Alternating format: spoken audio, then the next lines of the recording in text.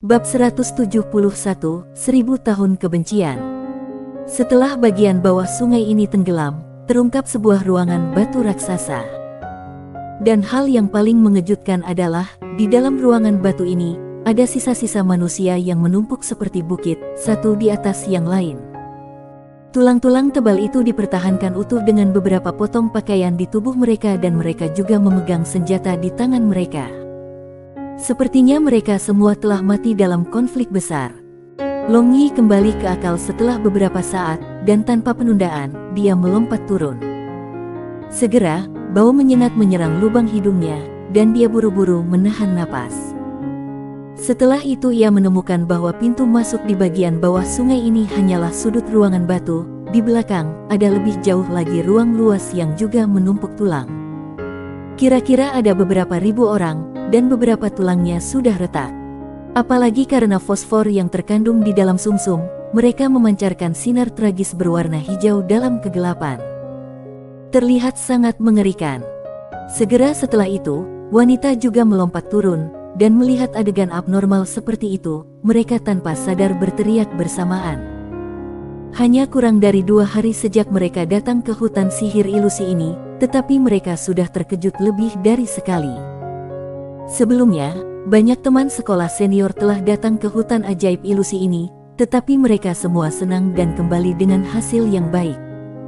Tetapi masalah dan hal-hal yang mereka temui hanyalah menguji ketahanan hati mereka. Oh, Dewa Cahaya, apa yang sebenarnya memunculkan situasi ini? Kenapa begitu banyak orang mati di sini? Simen Wuhen menepuk dadanya dan tanpa sadar menempel dekat dengan Long Yi. Mata Long Yi mengamati ruangan ini yang penuh dengan tulang kering, dan tiba-tiba, ekspresinya mandek, lalu dengan tergesa-gesa bergerak maju, dia merobek sepotong pakaian compang camping dari tulang kering.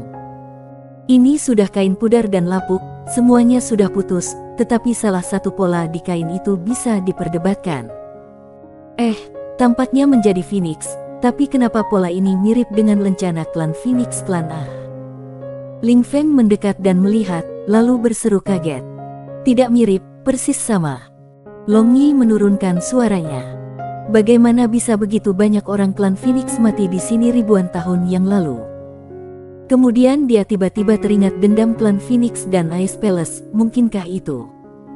Long Yi tidak banyak berpikir, dia hanya membuka paksa tulang kering lainnya. Dan tulang kering dengan pakaian masih utuh muncul di depan matanya. Dan sulaman pakaiannya adalah simbol berbentuk kepingan salju. Ini membuat kelopak matanya berkedut. Simbol ini secara alami adalah simbol istana es. Pada saat dia berada di Ice Palace, dia telah melihat simbol seperti itu pada pakaian wanita bertopeng itu. Dua faksi berkelahi satu sama lain dan tanpa diduga begitu banyak orang meninggal. Dan yang benar-benar mengejutkan adalah, dari tulang-tulang kering yang memegang senjata, dia bisa merasakan bahwa mereka semua ahli, tidak ada orang yang lebih rendah dari ranah penyihir mahir. Ini menunjukkan betapa makmur kedua faksi ini pada waktu itu. Tapi sekarang, Ice Palace tersembunyi di Origin Ice dan hanya ada satu wanita yang tersisa di istana, dan meskipun satu lagi tampaknya telah membangun kembali diri mereka sendiri di benua itu, tetapi dibandingkan dengan masa lalu, perbedaannya seperti langit dan bumi. Misalnya, Bunda Yu Feng, Phoenix Matriarch, bahkan jika ratusannya ditambahkan bersama-sama, mereka belum tentu lawan dari wanita bertopeng istana es. Pada akhirnya apa yang membuat dua faksi kuat untuk melakukan semua yang bisa mereka lakukan untuk saling bertarung, sedemikian rupa sehingga kedua belah pihak menderita kerugian besar sehingga mereka tidak dapat mengembalikan vitalitas mereka bahkan dalam ribuan tahun. Long Yi, mengapa kamu linglung? Apa yang harus kita lakukan sekarang? Sui Ruoyan dengan tidak puas mendorong Long Yi yang linglung. Long Yi kembali ke akal sehatnya, lalu mendesah ringan, dia merasakan kesedihan di hatinya. Dia tidak memiliki hubungan yang dangkal dengan dua faksi ini. Yu Feng klan Phoenix adalah wanita itu, dan penerus istana es Wushuang saat ini juga sama. Jika dua wanita ini bertarung satu sama lain karena kebencian dan dendam lama ini, maka itu benar-benar akan membuat sakit kepala. Tempat ini seharusnya bukan satu-satunya ruang batu yang dibangun, lihat kemana-mana untuk melihat apakah ada mekanisme atau sebagainya, mungkin ada dunia yang sama sekali berbeda di dalam. Kata Long Yi. 5 orang segera mencari di sekitar ruang batu, tetapi karena ada terlalu banyak tulang, banyak dinding yang tersumbat. Ini membuat pencarian agak menyusahkan. Saat itu, Ling Feng menarik Long Yi dan dengan lembut bertanya, "Long Yi, aku melihat ada banyak hal baik di dalam tulang-tulang ini. Bagaimana kalau kita mengambilnya? Mereka bisa bernilai banyak uang." Long Yi tersenyum dan menggunakan tinjunya untuk dengan ringan membenturkan dadanya dan berkata, "Jika kamu ingin mengambil lalu mengambil, tidak ada yang menghalangi kamu." Seorang pria mati dengan cara lampu padam, dan hal-hal yang tertinggal secara alami untuk manfaat generasi mendatang. Seorang pria mati dengan cara lampu padam, frasa semuanya hilang setelah kematian. Karena dadanya diserang, wajah Ling Feng tiba-tiba menjadi merah. Meskipun dia telah mengikat dadanya, tapi bagaimanapun dia masih memiliki perasaan. Kenapa kamu memerah? Jangan bilang bahwa kamu malu mengambil barang-barang orang mati. Tapi sepertinya kamu bukan orang seperti itu. Long Yi dengan rasa ingin tahu bertanya. Ling Feng marah karena malu, lalu memelototi Long Yi. Dia akan pergi dan mengambil kekayaan orang mati dari dalam tumpukan tulang kering. Saat itu, Yingyin tiba-tiba berteriak keras, "Cepat ke sini, aku menemukan mekanismenya." Setelah berteriak, dia memutar batu yang menonjol di dinding. Long Yi melihat ke atas, dan dia tiba-tiba memiliki firasat buruk, jadi dia berteriak dengan tergesa-gesa, "Jangan balikkan." Karena orang yang merancang mekanisme itu tidak akan pernah mengaturnya di tempat yang jelas, banyak yang hanya penyamaran, yang sebenarnya akan membuka pintu kematian. Mekanisme ini sangat mungkin menjadi mekanisme perangkap kematian yang ditempatkan di sini. Hanya, dia sudah terlambat, Yingyin sudah membalikkan batu, dan setelah mendengar apa yang dikatakan Long Yi, dia hanya menatap Long Yi dengan aneh. Tetapi bahkan setelah waktu yang lama, tidak ada perubahan di ruang batu. Ini membuat Long Yi menghela nafas lega. Ternyata ini adalah mekanisme palsu. Dia benar-benar takut bahwa ini adalah mekanisme kematian. Melihat kekuatan Ice Palace dan Raging Flames Villa pendahulu klan Phoenix ribuan tahun yang lalu, pembangunan ruang rahasia bawah tanah ini juga tidak akan biasa-biasa saja. Dan ketika Long Yi ingin memperingatkan mereka lagi, tiba-tiba seluruh ruangan batu mulai bergetar. Dan sebelum siapapun dari mereka bisa bereaksi, tembok tempat Yingyin mengubah batu beberapa saat yang lalu langsung hancur, kemudian air banjir membanjiri mereka. Long Yi hanya bisa menangkap pegangan Ling Feng di sampingnya sebelum mereka tenggelam oleh banjir. Long Yi dengan gila-gilaan menyebarkan kekuatan internal untuk melindungi Ling Feng di dadanya. Dan dia mencoba yang terbaik untuk mencari wanita lain, tetapi semburan dan tekanan air banjir membuatnya hanya melihat hamparan putih yang luas. Lalu tiba-tiba, pusaran besar mulai terbentuk, dan kekuatan hisap yang kuat langsung menarik Ling Feng dan Long Yi ke dalamnya. Long Yi hanya merasakan tubuhnya berputar dengan pusaran, dia tidak bisa mengendalikan tubuhnya sendiri, dan rotasi ini untuk waktu yang lama mulai membuatnya pusing.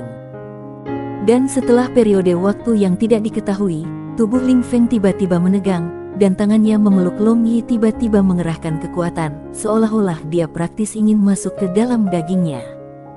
Long Yi tahu bahwa ini sama sekali tidak meyakinkan. Tidak ada udara di dalam air, dan setelah waktu yang lama, sepertinya Ling Feng tidak akan bisa bertahan lebih lama lagi. Tapi keduanya masih berputar tanpa henti di tengah pusaran, dan sepertinya itu tidak akan berhenti dalam waktu singkat. Tangan Ling Feng mulai semakin mengencang dan tubuhnya juga mulai sedikit kesulitan. Sekarang Long Yi tidak punya pilihan, sepertinya dia harus sedikit berkorban. Dia mengumpulkan ki sejati di mulutnya, lalu menggerakkan bibirnya ke arah Ling Feng di dadanya. Bab 172, Aku Menyukaimu. 4 bibir menyentuh dengan kuat satu sama lain, dan Long Yi melewati seteguk ki sejati untuk menghindari Ling Feng sekarat karena mati lemas. Ini sangat lembut. Kenapa bibir anak ini persis seperti anak perempuan? Long Yi berpikir dalam hatinya, merasakan bibir Ling Feng mirip dengan perempuan.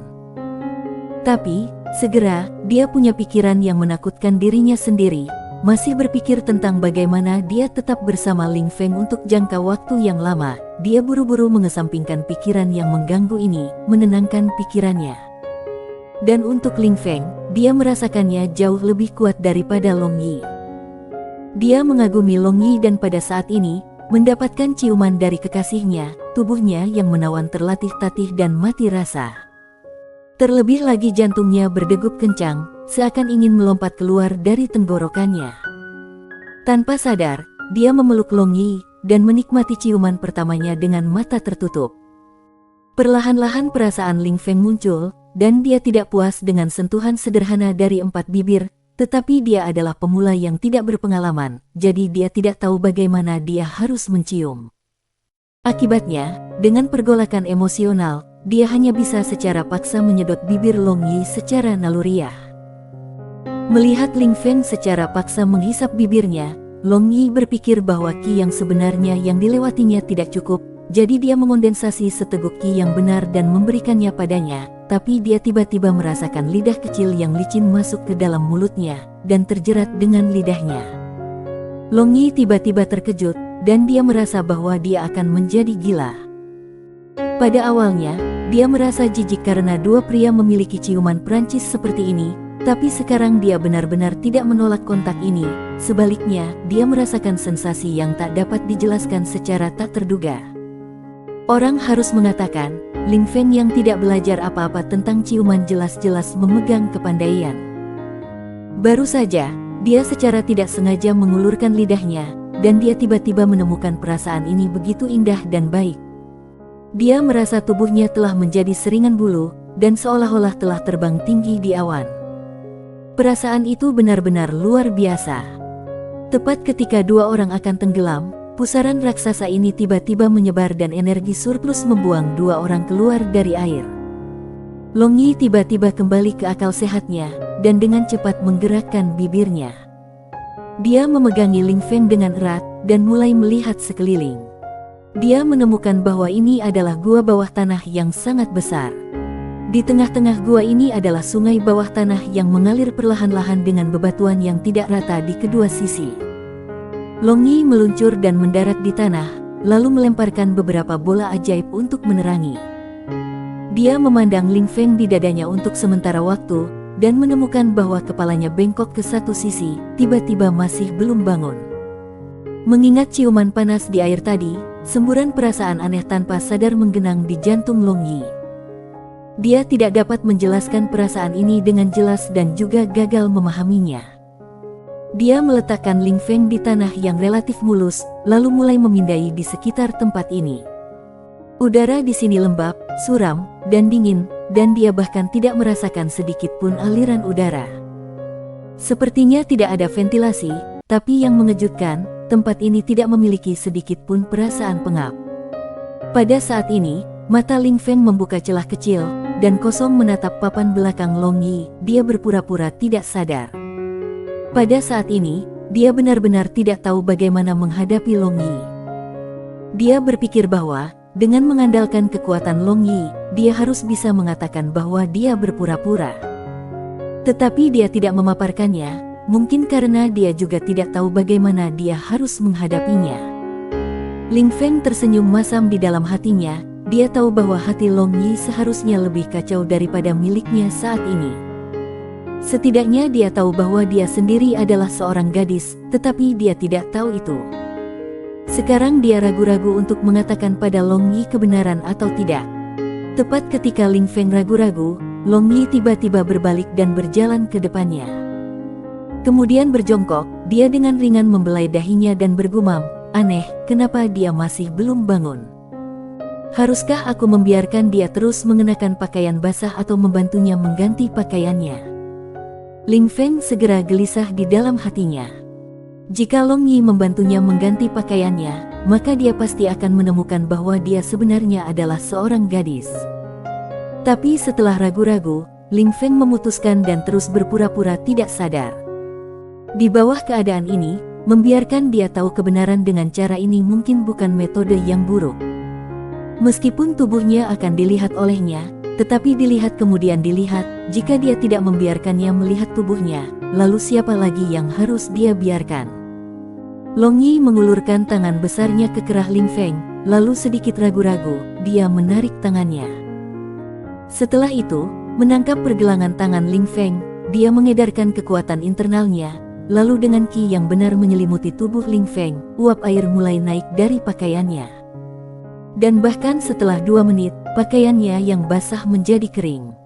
Ling Feng tiba-tiba membuka matanya, dan dengan marah menatap Long Yi. Kayu mati ini, kayu busuk, benar-benar membuat dia marah sampai mati. Kamu bangun, bukankah kamu merasa lebih baik? Long Yi tercengang, dan bertanya dengan agak canggung. Ling Feng duduk, dan mendorong Long Yi, dia dengan marah berkata, aku mengabaikanmu, dasar bodoh. Melihat amarah dengan penampilan marah Ling Feng, dan melihat cara bicara dan ekspresi feminin itu, Long Yi diam-diam menghela nafas. Melihat penampilannya, dia tahu bahwa dia tampaknya memiliki sedikit ketertarikan terhadapnya. Tapi bagaimana cara kerjanya? Dia benar-benar tidak dapat menerima 2 pria dewasa yang berkumpul. Sepertinya dia harus berbicara beberapa hal kepadanya, sehingga dia mengerti. Ling Feng, ada sesuatu yang ingin kukatakan padamu. Long Yi perlahan berkata sambil berpikir bagaimana cara berbicara sehingga dia tidak akan menyakiti hatinya. Apa masalahnya? Ling Feng masih bertanya dengan marah. Yah, kamu tahu aku laki-laki, dan kamu juga laki-laki. Kita adalah saudara yang baik, dan kamu tahu bahwa aku punya banyak perempuan juga, jadi tidak mungkin untuk kamu dan aku. Apakah kamu mengerti apa yang aku katakan? Long Yi berkata. Khawatir tentang mentalitas Ling Feng, dia tidak mengatakan dengan jelas, tetapi dengan kecerdasan Ling Feng, tidak mungkin baginya untuk tidak memahaminya.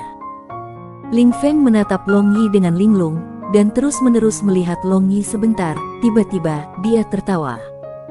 Dia tertawa sangat keras sehingga dia gemetar dan dia tidak bisa mengangkat pinggangnya. Apakah ini lucu? Mungkinkah ini menusuknya dengan keras? Melihat Ling Feng, Long Yi berpikir dalam hatinya. Setelah tertawa sebentar, Ling Feng berhenti tertawa. Kemudian menatap Long Yi lagi, dia tidak bisa menahan tawa lagi. Sepertinya ini adalah tren yang benar-benar tidak ada habisnya. Apakah kamu tidak cukup tertawa? Long Yi mengerutkan kening menatap Ling Feng, sambil berpikir dia agak tidak normal. Ling Feng menutup mulutnya, lalu menatap Long Yi dengan mata cerah. Dia tiba-tiba berkata dengan serius, aku menyukaimu. Long Yi kaget, bukankah dia berbicara dengan jelas sekarang?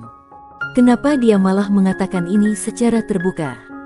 Ling Feng melangkah maju ke depan Long Yi, lalu tiba-tiba memeluk lehernya, dia menciumnya, dan lidahnya yang cekatan masuk ke mulut Long Yi dan menggodanya.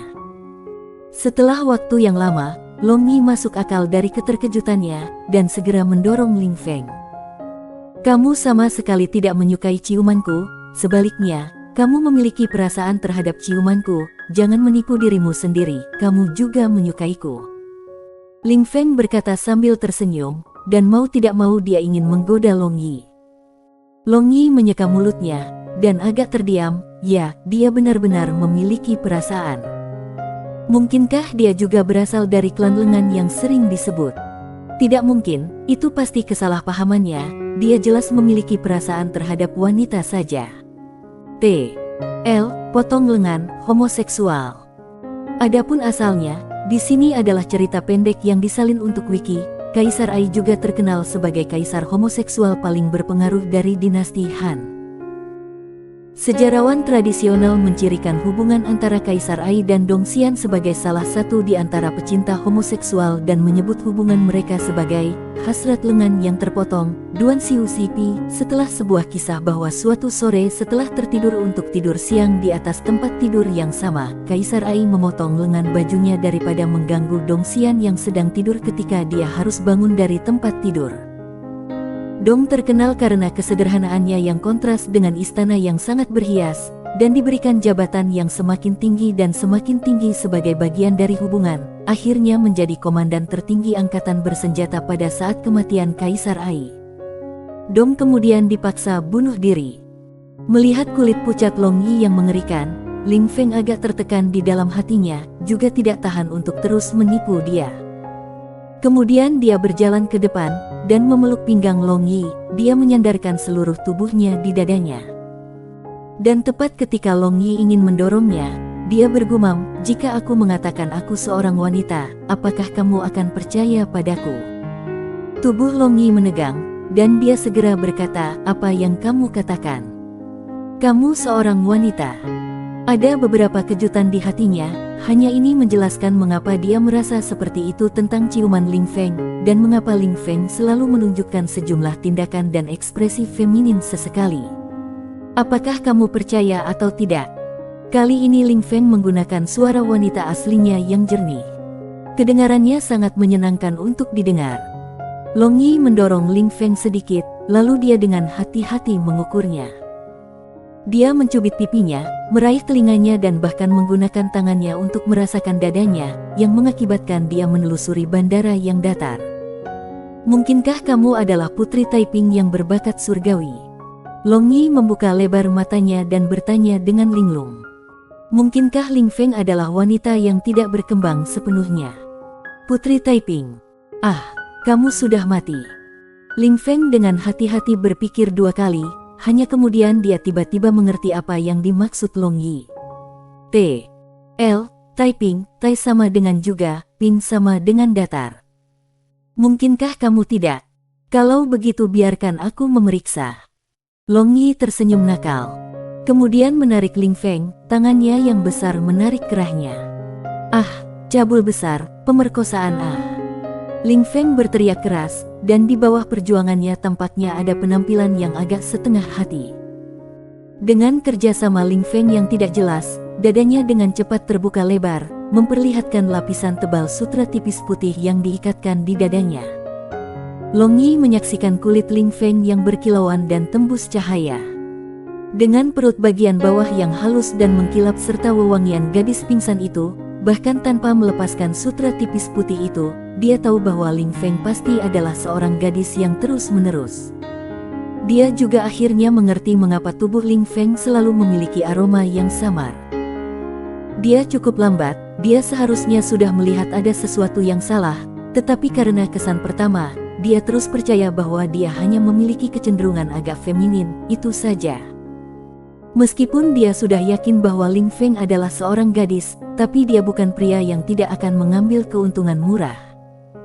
Tangannya yang besar menarik sutra tipis itu, lalu sutra tipis putih milik Ling Feng melayang di udara dan jatuh ke tanah.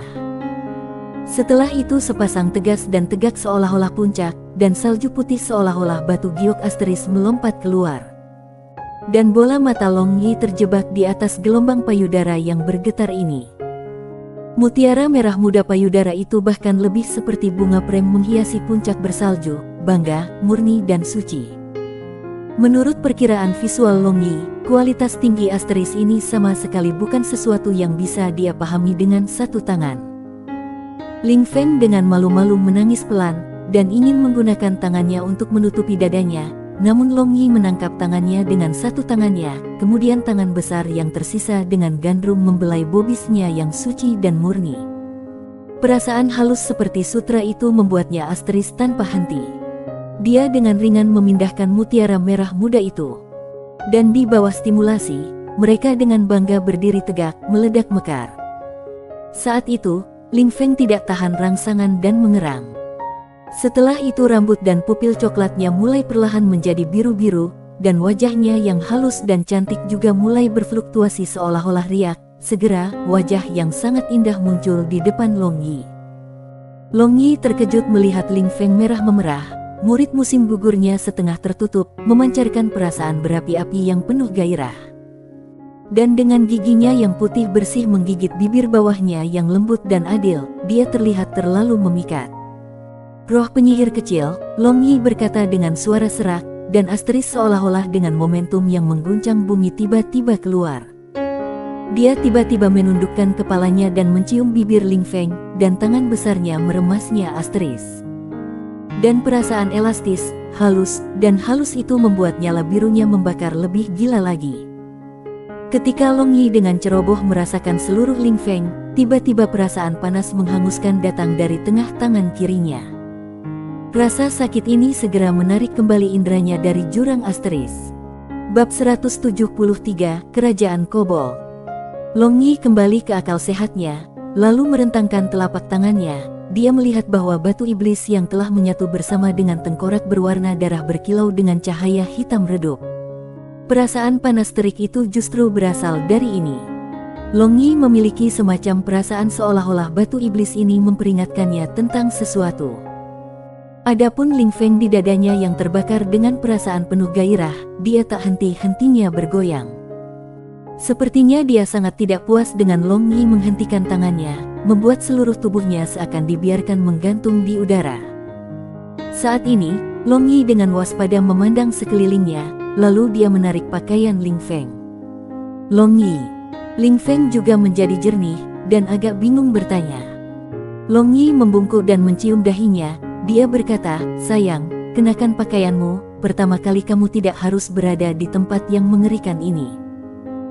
Setelah mendengar apa yang dikatakan, Ling Feng keluar dari dada Long Yi, lalu tepat ketika dia akan membungkus dadanya dengan sutra putih itu, Long Yi menghentikannya dan berkata, "Kamu tidak boleh membungkusnya seperti sebelumnya, jika tidak dada kamu akan berubah bentuk, dan pada saat itu, satu sisi akan tinggi dan sisi lain akan rendah, tampak jelek." "Ah, benarkah itu nyata? Lalu apakah mereka cacat sekarang?" Ling Feng gugup bertanya. "Sekarang mereka masih belum berubah bentuk, tapi jangan salah memperlakukan mereka lagi, oke?" Long Yi tersenyum dan berkata. Ling Feng menatap Long Yi dengan mata super, kemudian menutup kerahnya. Sekarang dengan dadanya yang melotot, perutnya terasa agak hampa. Melihat tatapan mengagumi Long Yi, Ling Feng senang di hatinya, lalu memegang lengan panjang Yi. Dia dengan apik berkata, "Long Yi, nama asliku sebenarnya adalah Feng Ling. Selanjutnya, panggil aku Ling." "Ling, benar-benar mulus, hehe. Apakah semua orang di Dark Church punya kebiasaan menyamar?" "Yuyu juga sama sebelumnya." Long Yi tersenyum dan berkata. Mendengar Long Yi menyebut-nyebut Leng Yuyu, murid musim gugur Feng Ling berkelip dengan cahaya yang tidak biasa, kemudian menangkap pegangan tangan Long Yi. Dia berkata, "Kamu berkata, apakah aku cantik atau gadis Yuyu itu cantik? Apakah kamu lebih menyukai aku atau lebih menyukainya?" Long Yi tercengang, dan penampilan Leng Yuyu yang sepi itu muncul di benaknya. Dia juga mengingat setiap detail kecil dari waktu yang dia habiskan bersama dengannya, dan ekspresinya menjadi lembut dan lembut. Melihat ekspresi Long Yi, bagaimana mungkin Feng Ling masih tidak mengerti siapa yang dia pikirkan? Dia mendengus dan menggunakan keterampilan mencubit bawaan semua wanita, dengan keras menjepit daging lembut Long Yi di pinggangnya. Long Yi tersenyum masam, mengapa semua wanita itu sama? Seperti ini, bukan saudaranya Ling Feng sebelumnya yang berhubungan baik dengannya. "Ling, sebenarnya, jangan katakan itu, aku tidak ingin tahu." Feng Ling menyela kata-kata Long Yi, dan menghela nafas di dalam hatinya. Dia telah menanyakan ini hanya karena nalurinya tentang gadis. Pada kenyataannya, dia mengerti siapa yang lebih berat antara dirinya dan Leng Yuyu di jantung Long Yi, tetapi dia percaya bahwa selanjutnya dia benar-benar akan menjadi lebih penting daripada Leng Yuyu di jantung Long Yi. Dia akan menjadi kepercayaan Long Yi dan juga tangan kanannya. Saat itu, Long Yi tiba-tiba merasakan firasat di mata-matai. Di suatu tempat dalam kegelapan ini, tampaknya ada mata yang menatap mereka. Matanya yang tajam mengamati sekeliling kegelapan, tetapi selain sungai bawah tanah ini, tidak ada tempat lain di mana seseorang bisa bersembunyi. Feng Ling juga tampaknya telah merasakan ini. Dia dengan tegas bersandar dekat ke Long Yi, dan juga melihat sekeliling.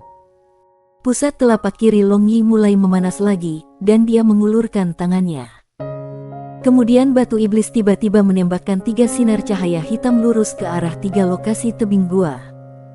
Mata Long Yi bersinar dengan keras dan mengeluarkan teriakan teredam. Dia langsung mengirim 3 serangan segel kelapa ke arah tebing yang ditunjukkan 3 lampu hitam itu. Dengan suara letusan, batu-batu yang pecah terbang di sekitar, tetapi disertai dengan beberapa suara menjerit tajam. 3 lubang besar terungkap di tebing, dan beberapa sosok dengan penampilan aneh jatuh ke tanah sambil berteriak tanpa henti. Long Yi segera menggunakan kekuatan rohnya untuk mengikat beberapa orang ini, dan pergi sebelum mereka dengan Feng Ling. Dia menatap mereka, maka mereka tidak bisa membantu tetapi saling memandang dengan cemas, karena beberapa orang ini memiliki penampilan yang buruk. Mata segitiga, telinga panjang, dan sosok yang sangat pendek dan kurus, mereka tampak seperti anak muda yang dibesarkan dengan buruk, tetapi wajah mereka tampak berusia setidaknya 30 atau 40 tahun, dan pakaian mereka juga kasar, tidak tahu bahan apa digunakan untuk membuatnya. Ling, apa kamu tahu ras apa mereka? Long Yi bertanya pada Feng Ling di sebelahnya. Feng Ling mengerutkan keningnya untuk menilai beberapa orang yang tidak sopan ini, lalu dia berkata dengan ragu, aku telah membaca sebuah buku yang memiliki catatan semacam keberadaan yang disebut ras kobold. Mereka hidup di bawah tanah sepanjang tahun tanpa melihat sinar matahari, adalah pendiri mekanisme underpass, membangun kerajaan bawah tanah raksasa, tetapi itu juga hanya legenda. Long Yi mengambil satu orang di antara mereka, lalu bertanya, siapa kamu? Kenapa kamu datang ke sini? Orang itu bingung dan hanya menatap Long Yi dengan panik. Mungkin mereka tidak mengerti bahasa kita, apa yang harus kita lakukan sekarang? Kata Feng Ling. Long Yi mengerutkan kening, lalu meletakkan orang dari ras yang tidak dikenal ini. Tiba-tiba, wajahnya berubah dan dia menyunggingkan senyum yang cemerlang, kemudian dengan penampilan yang ramah, dia menepuk pundak orang ini untuk menunjukkan hubungan persahabatan, dan meraih orang-orang itu seolah-olah tangan cakar, menyatakan bahwa mereka tidak memiliki niat jahat. Beberapa orang ini terkejut dan bingung melihat Long Yi, membuka mulut mereka mengeluarkan beberapa suara kicauan seperti burung-burung. Dan Long Yi tidak mengerti apa yang mereka katakan. Mungkin mereka ingin kamu membatalkan ikatan mereka. Wajah mereka tampak seperti merasa tidak sehat. Feng Ling berkata kepada Long Yi. Long Yi mengangguk, lalu melambaikan tangannya, dia melepaskan ikatan rohnya dari orang-orang ini. Setelah itu yang tampaknya adalah pemimpin berjalan beberapa langkah ke depan, lalu melambaikan tangannya ke arah Long Yi dan Feng Ling, tampaknya meminta mereka untuk mengikuti mereka. Beberapa orang pendek dan kecil ini pergi ke bawah pintu masuk terowongan. Dengan sosok mereka, mustahil bagi mereka untuk terbang. Mereka secara bersamaan mengambil tali dari pinggang mereka. Salah satu ujung tali ini memiliki kait logam yang melekat padanya. Mereka melemparkan tali ini ke atas dan dengan kuat mengaitkannya dengan tanah, lalu mereka semua dengan terampil memanjat tali. Akhirnya, rekan pemimpin itu melemparkan tali yang menandakan Long Yi dan Feng Ling untuk memanjat.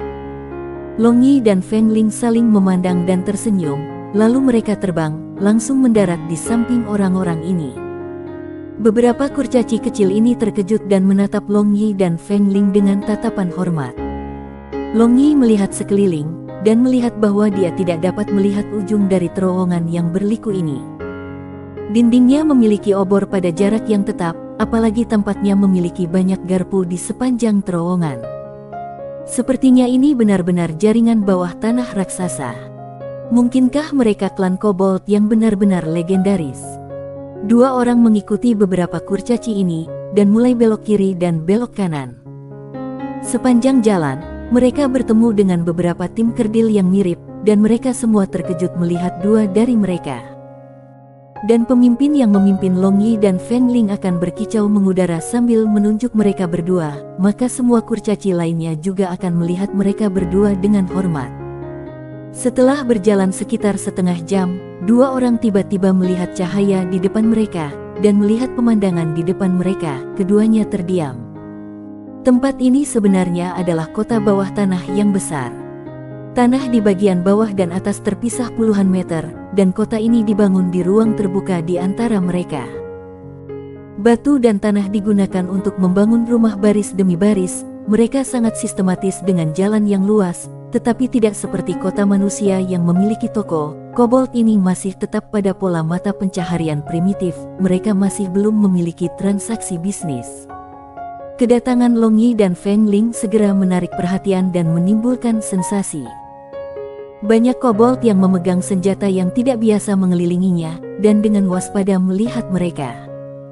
Tampaknya ini benar-benar sebuah kota dengan setiap warga negara seorang prajurit. Beberapa kobold yang memimpin Long Yi dan Feng Ling berteriak sebentar, lalu semua kobold itu keluar dari jalan, membuka jalan, lalu menunjuk ke arah Long Yi dan Feng Ling. Mereka berbicara satu sama lain. Sepertinya menyaksikan kegembiraan adalah naluri alami dari setiap ras. Long Yi juga melihat sekeliling, dan menemukan bahwa kobold wanita terlihat mirip dengan pria, benar-benar underwhelming. Meskipun klan Elfen juga memiliki telinga yang panjang, tetapi penampilan mereka hanyalah surga dan bumi yang terpisah. Sangat cepat, mereka berdua mengarah ke bangunan batu besar yang terletak di tengah kota ini. Tampaknya itu adalah istana kekaisaran kobold. Pada saat ini, di depan istana kekaisaran ini, ada sekelompok penjaga tubuh kobold memegang tombak.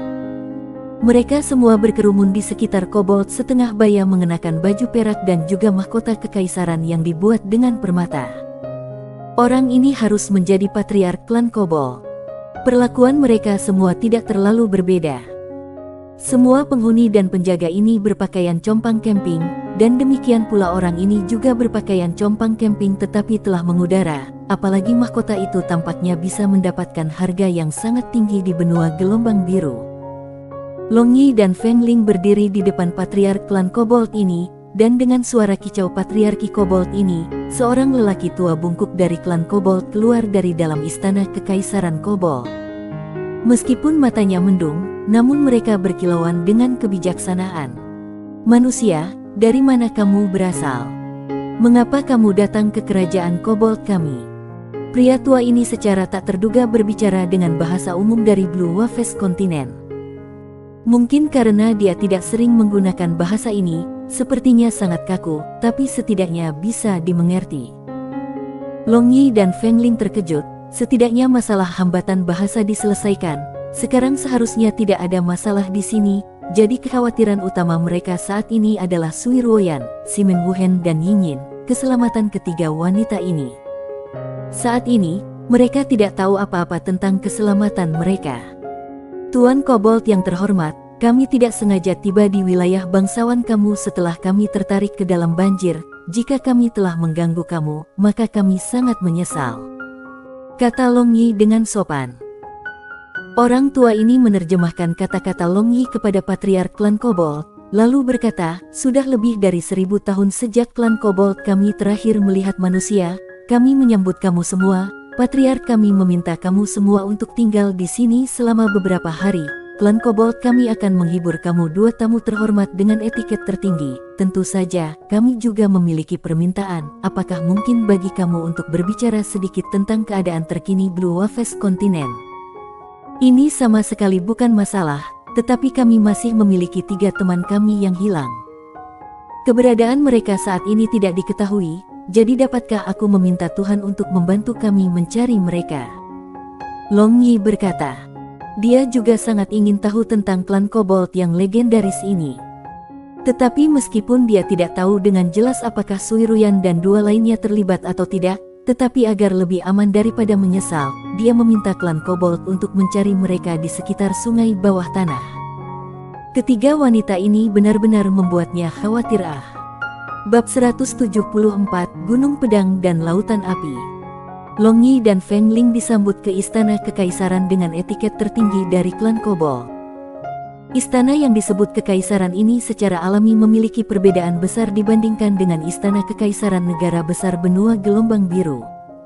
Seluruh istana ini dibangun menggunakan batu, dan praktis tidak ada benda di dalam tempat ini. Di mana-mana di dinding, tanah dan langit-langit diukir dengan ukiran aneh.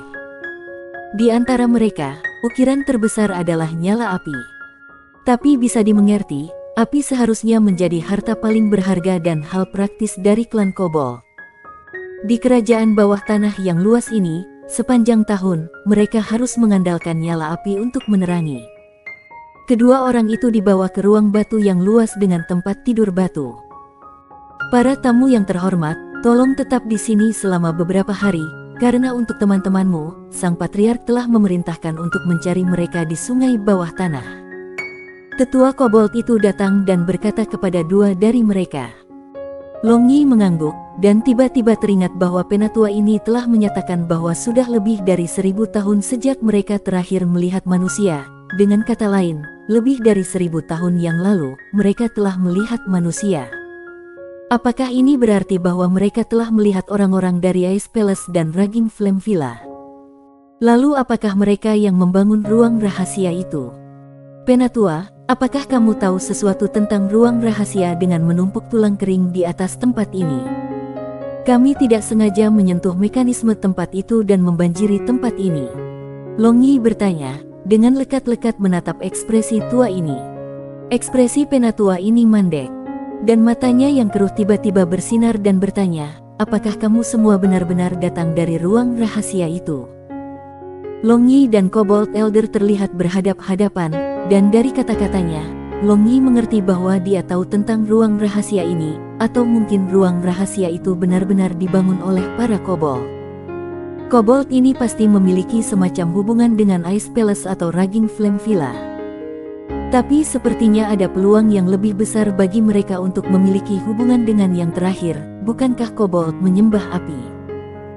Ya, kami dibanjiri keluar dari sana ke sungai bawah tanah.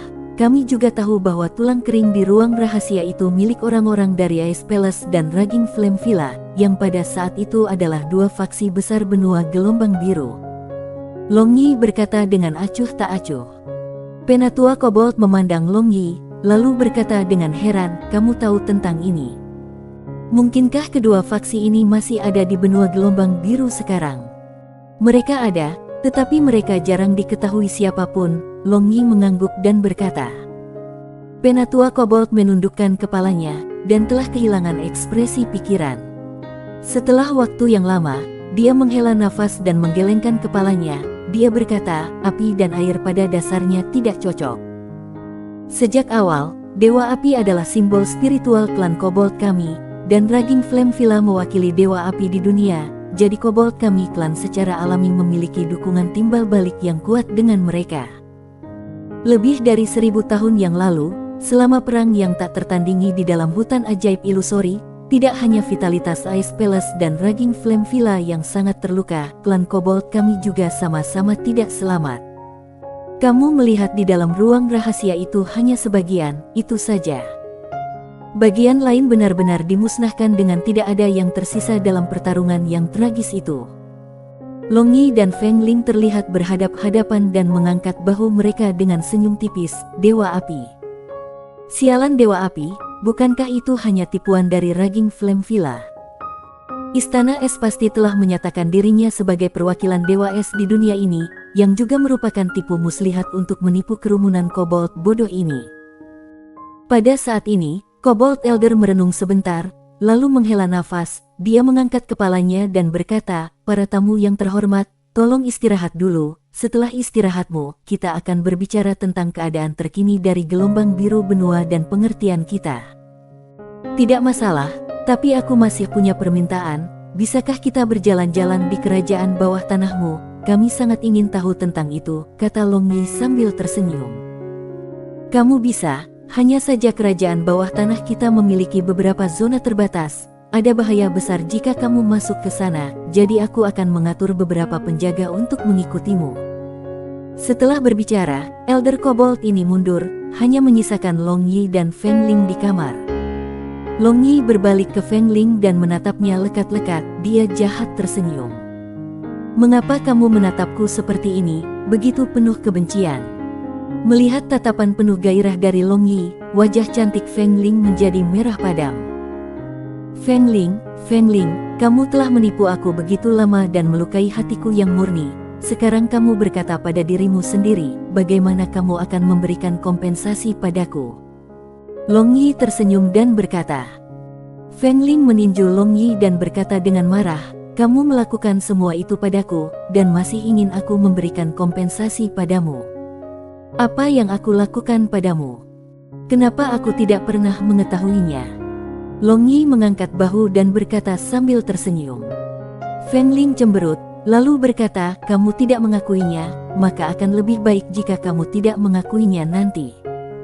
Tidak mengakui, Aku dengan tegas tidak akan mengakuinya, Long Yi dengan polos berkata. Feng Ling menundukkan kepalanya, lalu dengan kuat mengentakkan kakinya. Meskipun dia tahu bahwa Long Yi sedang bercanda, tetapi hatinya masih terasa agak tidak bahagia. Melihat penampilan Feng Ling yang tidak senang, Long Yi menyeringai dan berkata, "Oke, aku mengakuinya, tapi aku selalu merasa bahwa kompensasi semacam itu masih belum cukup." Wajah cantik Feng Ling menjadi merah cerah, lalu berbalik, dia berkata dengan suara seperti nyamuk, "Lalu apa yang kamu inginkan?" Long Yi tersenyum dan mengelus janggut-janggutnya, lalu dengan senyum cabul di wajahnya, dia menatap Feng Ling yang pemalu. Saat ini dia benar-benar terlalu menawan. Fearless terlihat digabungkan dengan ekspresi malu-malu dan pemalu ini benar-benar seksi untuk A ekstrim.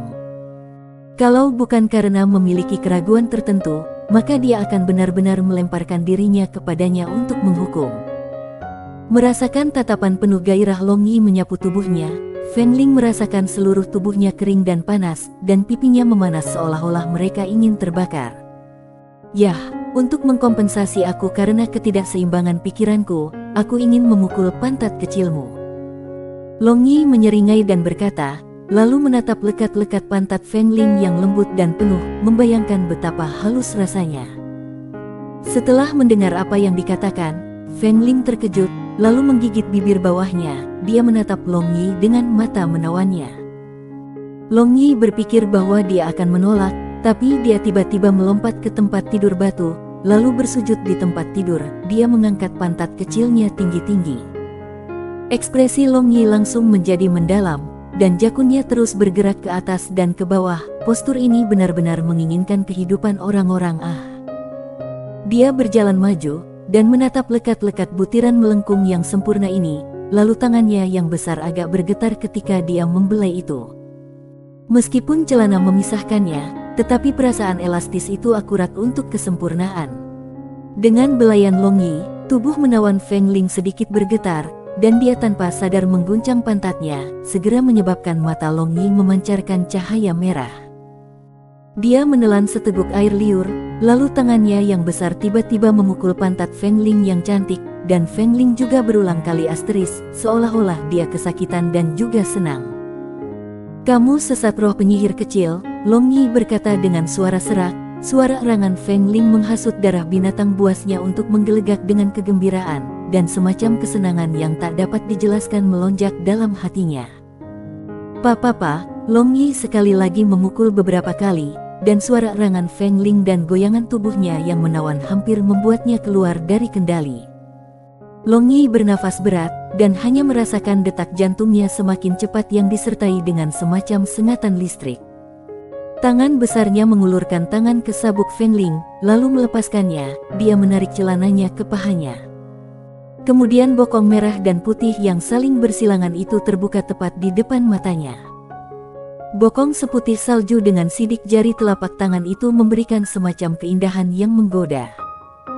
Long Yi dengan ringan membelai pantatnya dengan tangannya, dan tiba-tiba, dia mengerahkan kekuatannya, dan dia segera meraih daging pantat lembut itu di tangannya.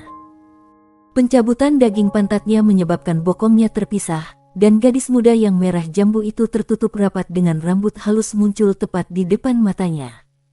Sementara itu, dengan nektar musim semi, sebenarnya sangat lembab sejak dulu. "Panjang, Yi," kata Feng Ling sambil kedua kakinya gemetar. Sekarang dia sebenarnya tidak berdaya untuk mendukung, dan dia dengan lembut jatuh ke ranjang batu. Long Yi melepaskan tangannya, dan sekali lagi melihat cetakan tangan merah di pantat Feng Ling, sosok Sui Ruoyan tiba-tiba muncul di benaknya. Pada saat itu, dia juga memukul guru yang cantik seperti ini, tetapi sekarang dia hilang. Memikirkan ini, Long Yi tiba-tiba kehilangan kegembiraannya, lalu menarik celana Feng Ling. Dia juga duduk di ranjang batu, tenggelam dalam pikiran. Feng Ling juga bangun dari asteris dan dia bangun, lalu melihat ekspresi tertekan Long Yi. Dia segera mengerti apa yang Long Yi khawatirkan. Dia dengan erat memeluk Long Yi dari belakang, lalu bersandar di punggungnya yang hangat. Dia dengan lembut berkata, "Long Yi, apakah kamu khawatir tentang Simen Wuhen dan yang lainnya? Aku yakin mereka akan baik-baik saja." Long Yi meraih tangan Feng Ling yang terletak di dadanya dan berkata, "Aku juga percaya bahwa mereka akan baik-baik saja, tapi aku masih sangat khawatir." Feng Ling dengan erat memeluk Long Yi seolah-olah dia ingin mengirimkan kekuatannya kepadanya. Dia sangat mencintai pria ini, sangat mencintai, meskipun dia tahu bahwa hatinya sudah penuh dengan banyak wanita, tetapi dia masih tidak menyesal sedikitpun. Ini agak tidak seperti dia. Ekspresi Feng Ling menjadi agak berkabut. Setelah beberapa jam, sesepuh klan Kobold itu datang lagi, mengatakan bahwa patriark klan Kobold ingin menghibur mereka. Dan yang mengejutkan dari Long Yi dan Feng Ling, sesepuh Kobold ini secara tak terduga membawa mereka keluar dari istana kekaisaran, datang ke tempat yang rata di luar kerajaan bawah tanah. Tempat ini memiliki tumpukan api unggun yang tak terhitung jumlahnya, dan tampaknya semua kobold berkumpul di sini. "Apakah hari ini festival klan koboldmu?" Long Yi bertanya pada sesepuh kobold ini.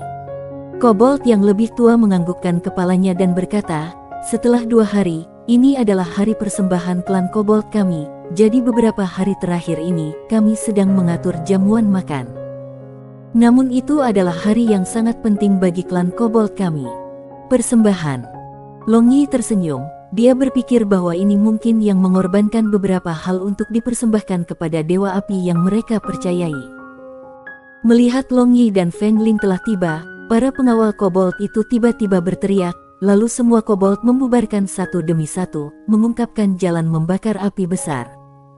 Banyak bilah tajam yang padat tertancap di dalam api ini, dan jalur api ini panjangnya 100 meter.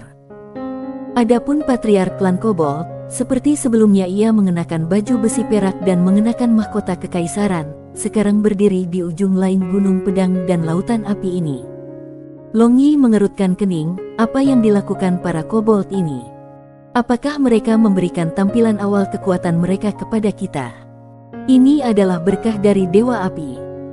Selama 2 tamu terhormat berjalan melewati jalan ini, kalian berdua akan selamanya menjadi teman klan Kobold kami. Tentu saja, kalian berdua juga dapat memilih untuk jalan memutar, dan klan Kobold kita masih akan menganggap kalian berdua sebagai tamu kami yang terhormat, kata Kobold tua dengan tersenyum. Jadi begitulah, Long Yi menyeringai, gunung pedang dan lautan api. Ini benar-benar permainan anak-anak untuk mereka berdua. Dia dan Feng Ling saling memandang dengan senyum, lalu memegang tangan mereka, langkah demi langkah, mereka tren ini yang disebut jalan berkat Dewa Api. Bab 175, menawarkan bankuet.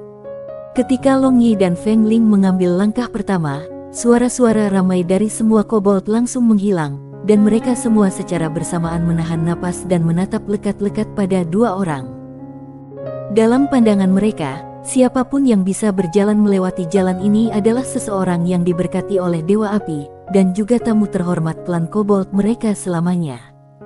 Long Yi memegang tangan kecil Feng Ling melangkah ke api.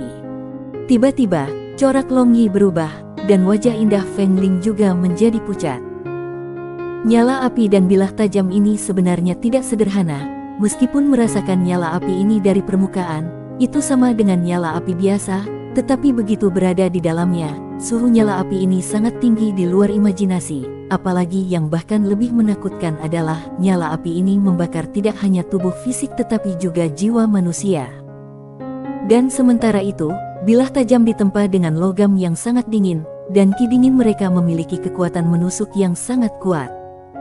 Lebih jauh lagi, hal yang paling luar biasa adalah, dingin dan panas. Kedua jenis zat alami yang berlawanan ini secara tiba-tiba tidak saling tolak, sebaliknya malah melebur dengan sempurna.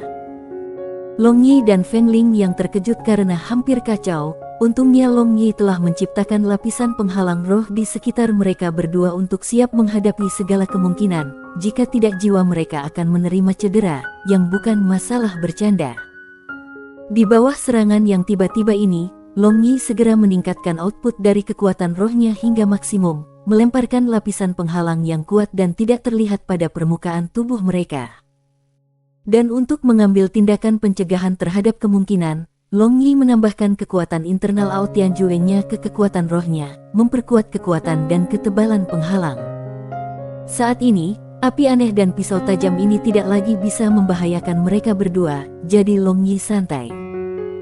Selangkah demi selangkah, dua orang dengan santai berjalan di jalur api, dan Long Yi menjadi orang yang mencolok. Dengan murah hati dia melambaikan tangannya ke arah kobold yang tidak berani memasuki jalur api ini, mengenakan penampilan seorang pria kecil yang mabuk oleh kesuksesan.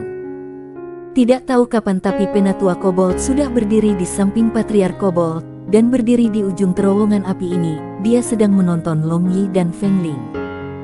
Dalam api jiwa, mereka masih aman dan sehat, ini menunjukkan mereka berdua adalah orang yang diberkati oleh Dewa Api. Patriot Kobold mengangguk dan berkata, penatua kobold hanya tersenyum masam.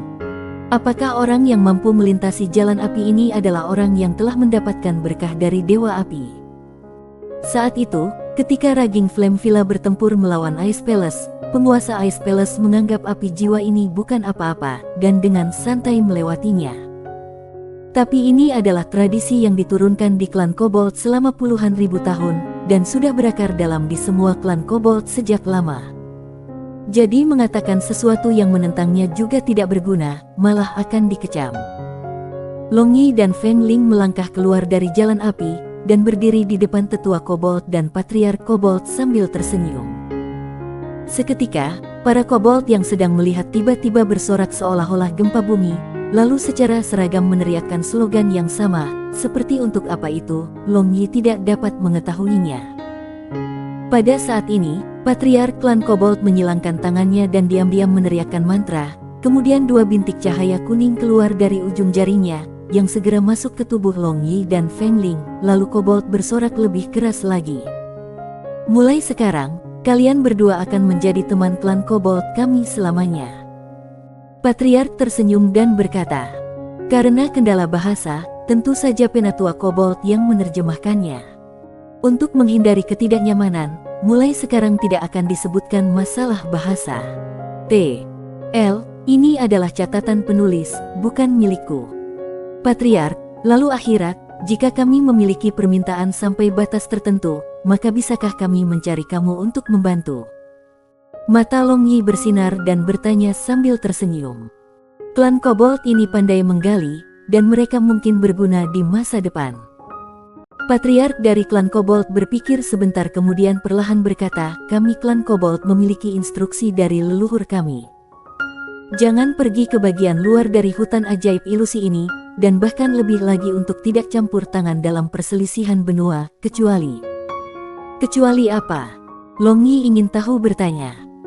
Jika klan kobold selalu tinggal di tanah yang ditinggalkan dewa ini, maka mereka tidak akan bisa membantunya dengan cara apapun. Instruksi leluhur ini adalah sesuatu yang nenek moyang aku bersumpah untuk Dewa Api, jadi kecuali kamu adalah Dewa Api, kami tidak berdaya. Kata patriark klan kobold. Long Yi memutar matanya, lelaki tua ini hanya berbicara omong kosong, jika dia Dewa Api, maka bisakah lelaki tua itu Puxiusi bisa melukainya pada saat itu? Pada saat ini, penatua kobold berkata kepada patriark, sudah hampir waktunya. Patriot kobold menganggukkan kepalanya, lalu berjalan ke platform batu bundar itu, ia berkicau berbicara dalam bahasa burung, dan suaranya tiba-tiba kuat dan terus-menerus, tampaknya memiliki beberapa keterampilan. Setelah berbicara, semua kobold mulai mengelilingi api unggun sambil menari dan bernyanyi.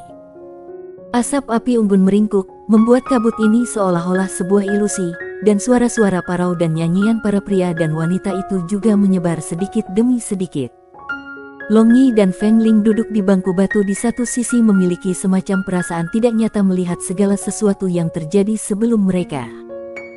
Long Yi memandang Ling Feng yang menggunakan bahunya sebagai bantal, lalu dengan ringan memukulnya dengan sikunya, dia berkata, Ling, tidakkah kau merasa nyanyian kobold ini sedikit aneh? Namun wajah Feng Ling menjadi merah padam, dan berkata dengan marah, di mana kamu memukul dengan tangan, kamu orang yang tidak jujur. Long Yi tercengang, dan sekali lagi menggerakkan sikunya, dia merasakan daging yang elastis dan lembut, lalu dia berkata sambil tersenyum, kecelakaan, ini adalah kecelakaan murni. Feng Ling mendengus, tentu saja tidak punya pendapat lain, dalam hal apapun, dia sudah melihat dan menyentuh mereka semua.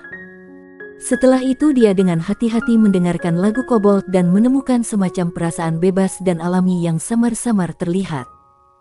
Catatan demi catatan, modulasi nada, membawa perubahan antara tidak ada dan perasaan stagnan, tampak semacam irama yang sangat aneh.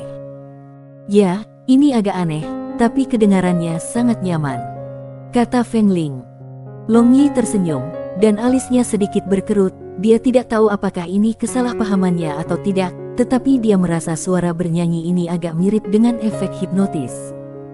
Nyanyian meriah dan tarian klan kobold berlanjut selama 2 atau 3 jam, kemudian mereka berpencar dan duduk di sekitar api unggun. Dan pada saat ini, gadis-gadis dari klan kobold mulai menumpuk pot yang dibuat dengan logam di depan api unggun secara bergiliran. Long Yi dan Feng Ling secara alami diundang ke sisi patriark kobold dan juga penatua kobold. Dan di sana mereka melihat di dalam panci itu ada cacing tanah panjang seperti benda-benda yang saling terkait, apalagi busa berwarna putih tercampur di dalamnya. Itu benar-benar terlihat agak menjijikkan. Patriark, ini? Long Yi bertanya dengan bingung. Patriark kobold ini menggunakan tangannya untuk mengambil cacing panjang ini sambil tersenyum bahagia, lalu memanggangnya dalam api. Dia meletakkannya di mulutnya dan menggigitnya dengan senang hati, dan sambil mengunyah, dia berkata, "Ini adalah Lendiging Worm, itu adalah sangat lezat, hanya kamu bisa makan ini hanya di festival penawaran, kamu tidak perlu sopan, makan sebanyak yang kamu suka." Long Yi memiliki keengganan.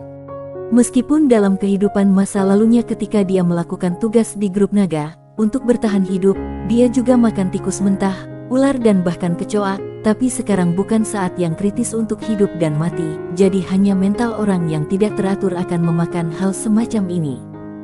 Melihat masing-masing dan setiap kobold di sekitar sedang makan cacing tanah menggali ini membuat suara mengunyah, perut Feng Ling bergejolak. Untungnya dia adalah ahli nujum, dan biasanya melihat kerangka dan zombie, kalau tidak dia tidak akan bisa menekan. Kami tidak terbiasa makan hal-hal ini, kami memiliki makanan kami sendiri, kamu semua menikmati makanan kamu. Long Yi tersenyum dan berkata. Patriark kobold tiba-tiba mengerti dan berkata, "Ya, aku hampir lupa bahwa kamu adalah manusia, karena seperti itu, maka kami tidak akan memaksa kamu untuk makan, tetapi kamu harus minum anggur klan kobold kami, anggur kecantikan. Diseduh menggunakan air sungai bawah tanah." Long Yi mencium aroma yang lebih menyengat daripada anggur urin kuda di dalam botol logam yang diberikan kepadanya oleh kobold patriark, dan berkata dengan senyum kaku, "Anggur klan kobold kamu terlalu kuat, kita pasti tidak bisa meminumnya." Patriark kobold dengan bangga tersenyum dan berkata, "Benar, anggur ini sangat kuat, dan ini adalah anggur yang hanya kita yang bisa dibuat oleh klan kobold." Long Yi melihat ke arah penatua kobold yang memiliki ekspresi yang agak canggung, lalu tertawa. Setelah itu dia menarik tangan Feng Ling dan pergi ke satu sisi. Patriark klan kobold ini memiliki ambisi besar tetapi sedikit bakat dan hanya seekor kodok yang memandang langit dari dasar sumur. Mungkin setelah tinggal di bawah tanah untuk waktu yang lama, dia menganggap dirinya di sebelah kanan, tetapi penatua kobold itu bukan karakter yang sederhana. Long Yi dan Feng Ling telah menyiapkan sejumlah besar makanan di dalam cincin ruang angkasa mereka. Mereka menyebarkan kain katun brokat di tanah, kemudian menempatkan beberapa piring makanan lezat. Mereka mengeluarkan 2 botol anggur yang baik. Dibandingkan dengan jamuan kobold, ini hanya berbeda seperti surga dan bumi. Long Yi menggigit seteguk daging kelinci api yang segar dan lembut, lalu menyesap seteguk anggur kualitas terbaik dari bangunan harum teracuni dan sering makan Feng Ling. Tahu wanita cantik kecil ini, benar-benar meludah gambar makhluk surgawi. Dan yang paling membuat orang lain mengaguminya adalah kemampuan beradaptasi yang luar biasa dari orang ini. Mungkin saat ini, bahkan jika dia berada di gunung mayat dan lautan darah, dia akan bisa makan dan tidur seperti sebelumnya. Tiba-tiba, sesosok muncul di hadapan Long Yi dan Feng Ling, dan matanya yang berawan menatap makanan lezat di tanah itu memancarkan lampu hijau. Dan tidak menunggu Long Yi membuka mulutnya, tetua kobold meraih sepiring penuh makanan secepat penerangan, dan seperti reinkarnasi hantu kelaparan, dia meremas semuanya dalam mulutnya. Itu benar-benar terlalu mencengangkan, bahkan barbar banteng siap kalah dengan ini. Dalam sekejap mata, makanan di kain katun brokat dibersihkan oleh sesepuh kobold ini, lalu bersendawa, dia menyambar botol anggur di tangan Long Yi dan menuangkannya ke mulutnya, lalu mengungkapkan wajah yang sangat puas. Penampilan itu seperti asteris. Aku berkata, Penatua, tidakkah kamu akan menikmati makanan lezatmu sendiri? Kenapa kamu datang ke sini untuk merampok makanan kita? Long Yi mengeluh. Penatua kobold tersenyum, dan seolah-olah kulit-kulit tampak semakin keriput. Kemudian dia berkata, apakah kamu pikir aku pikun? Klan kobold kami hidup di bawah tanah sepanjang tahun, dan meskipun kami memiliki beberapa jenis makanan, tetapi bagaimana mungkin ada makanan yang sedap seperti makanan manusia di sini? Tampaknya leluhurmu tidak berpikiran seperti itu, kata Long Yi sambil tersenyum. Penatua kobold tersenyum dan memandangi patriark kobold yang jauh. Dia menghela nafas, dia masih muda, dia perlahan akan mengerti di masa depan. Long Yi dan Feng Ling saling memandang dengan perasaan terkejut lalu berkata, dia masih muda. Dengan jumlah roti sebanyak itu, dia cukup tua untuk menjadi kakekku. Umur rata-rata klan kobold kami beberapa kali lebih banyak dari kalian manusia. Sekarang patriark baru berusia 60 tahun, secara alami masih muda, kata kobold elder. Hati Long Yi segera menjadi agak tidak seimbang, mengapa umur manusia sangat pendek, dan alien ini hidup lama, tetapi memikirkan kreativitas dan kebijaksanaan manusia yang tak tertandingi, dia merasa ini tidak masalah. Saat itu, tanah tiba-tiba bergetar, dan banyak kobold yang dengan senang hati menikmati kelezatan mereka jatuh ke tanah. Raungan seakan guntur menembus tanah. Raungan itu begitu mendominasi sehingga membuat hati Long Yi dan Feng Ling mengencang, dan dada mereka menjadi berat seolah-olah sebuah batu besar diletakkan di dada mereka. Bersambung.